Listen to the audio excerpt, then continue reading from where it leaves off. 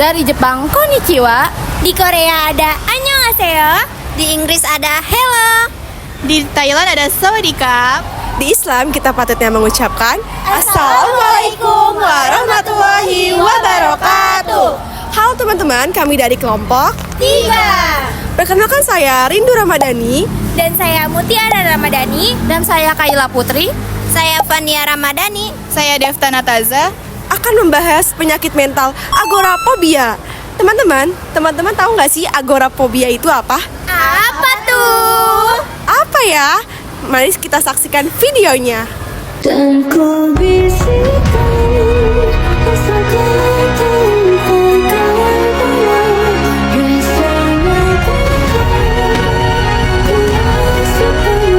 rasakan sampai ku rasa lega sampai di sana.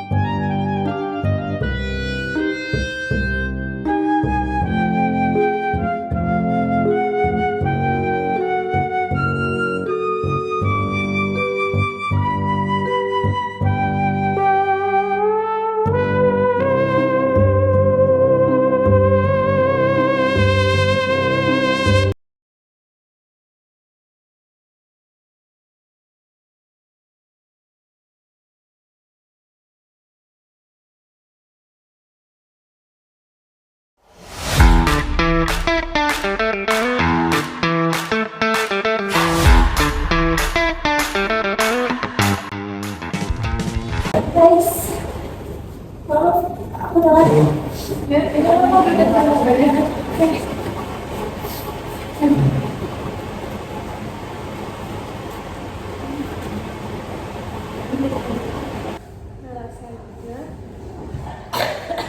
Kita buat PPT yang harus 90 yang ada.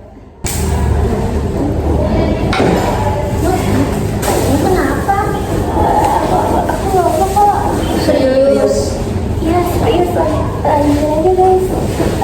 Gimana?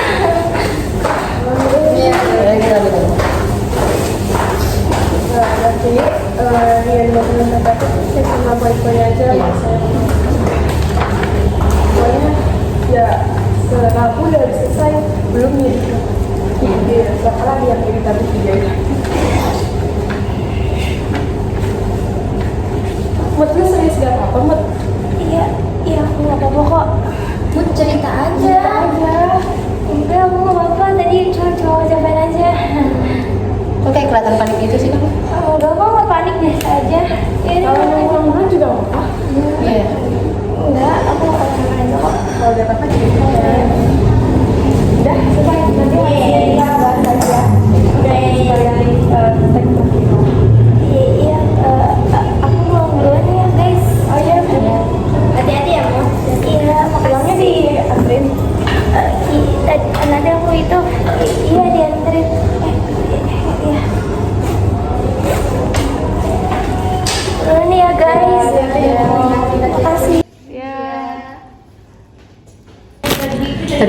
sih? Aneh banget. Iya, nggak biasanya. Kayak panikan gitu dia. Gemeter tangannya tadi. Aneh banget ya. Iya. Ada apa sih sama dia?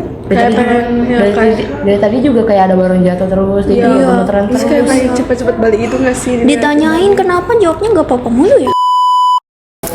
Agorafobia merupakan salah satu jenis gangguan kecemasan di mana pengidap akan merasa ketakutan dan kekhawatiran yang berlebih apabila berada di tempat yang pengidapnya merasa sulit untuk pergi atau sulit merasa meminta pertolongan kepada siapapun.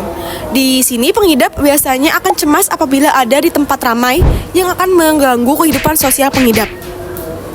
Di sini dengan Kaila Putri, saya akan menjelaskan tentang penyebab secara fisik dari penyakit agorafobia. Yang pertama dari faktor keturunan, yang dimana jika ada keluarga yang punya gangguan rasa cemas. Yang kedua ada masalah keseimbangan tubuh, yang dimana menyebabkan rasa pusing di saat di suatu tempat yang ramai. Yang ketiga penyakit fisik yang lain, yang dimana terdapat gangguan jantung atau tiroid yang memicu rasa panik. Selain penyebab fisik, ada juga loh penyebab sosial penyakit agorafobia. Yang pertama itu ada trauma di masa lalu yang masih membekas. Yang kedua, orang-orang di sekeliling kita yang membuat kita takut. Yang ketiga, masalah keluarga yang menyebabkan ejekan dari teman-teman. Dengan saya Devta, saya akan bahas tentang dampak apa sih yang akan dirasakan oleh penderita agorafobia. Nah, dampak psikologi yang pertama yaitu ada rasa depresi karena penderita itu merasa bahwasannya dia tuh berbeda kondisinya dari orang-orang pada umumnya dan juga mempunyai rasa kecemasan yang berlebihan pada saat di tempat ramai. Nah, yang selanjutnya itu ada dampak bagi keluarganya atau bagi dia saat pada di lingkungan sosial. Yang pertama, dia tuh pasti akan menarik diri dari lingkungan pertemanan, keluarga. Jadi, hubungannya di sini juga akan renggang terhadap teman dan keluarganya. Dan juga ada dampak fisik bagi si penderita agorafobia ini. Yang pertama, dia tuh akan merasa tegang otot karena dia akan merasa stres terus tuh karena menghadapi situasi yang situasi yang ditakutkan. Nah, selanjutnya itu ada gangguan tidur di mana dia penderita ini akan merasa insomnia dan mimpi buruk. Jadi di sini aku ingin membahas tentang cara mengatasi penyakit agorafobia. Yang pertama itu kita harus merasa aman dan tenang. Kenapa? Karena dengan kayak gitu pikiran kita tuh pasti akan merasa nyaman, tenang. Dan yang kedua itu kita harus yakin sama diri kita sendiri. Kenapa? Dengan kita yakin sama diri kita sendiri, pastinya kita akan percaya sama diri kita sendiri. Dan yang ketiga itu kita harus mencari tempat-tempat yang nyaman dan aman. Kayak misalnya refreshing untuk mencari suasana baru. Dengan begitu pikiran kita pasti akan terbuka dan tidak di situ-situ aja. Dan yang selanjutnya itu kita jangan mendengarkan omongan orang lain. Kenapa? Dengan kita mendengarkan omongan orang lain, pikiran kita tuh pasti akan memburuk dan akan stres. Yang selanjutnya itu kita harus ke psikiater untuk pengobatan dan agar diobati dari dalam juga, nggak hanya dari luar. Pada tanggal 11 Oktober kemarin telah diperingati Hari Kesehatan Mental Sedunia. Semoga tidak ada lagi orang yang merendahkan, Menyepelekan, mengolok-olok Penderitaan orang lain Meskipun penderitanya tidak terlihat. jaga mental, jaga jiwa. Sekian vlog edukasi dari kelompok kami. Kurang lebihnya mohon maaf. Wassalamualaikum.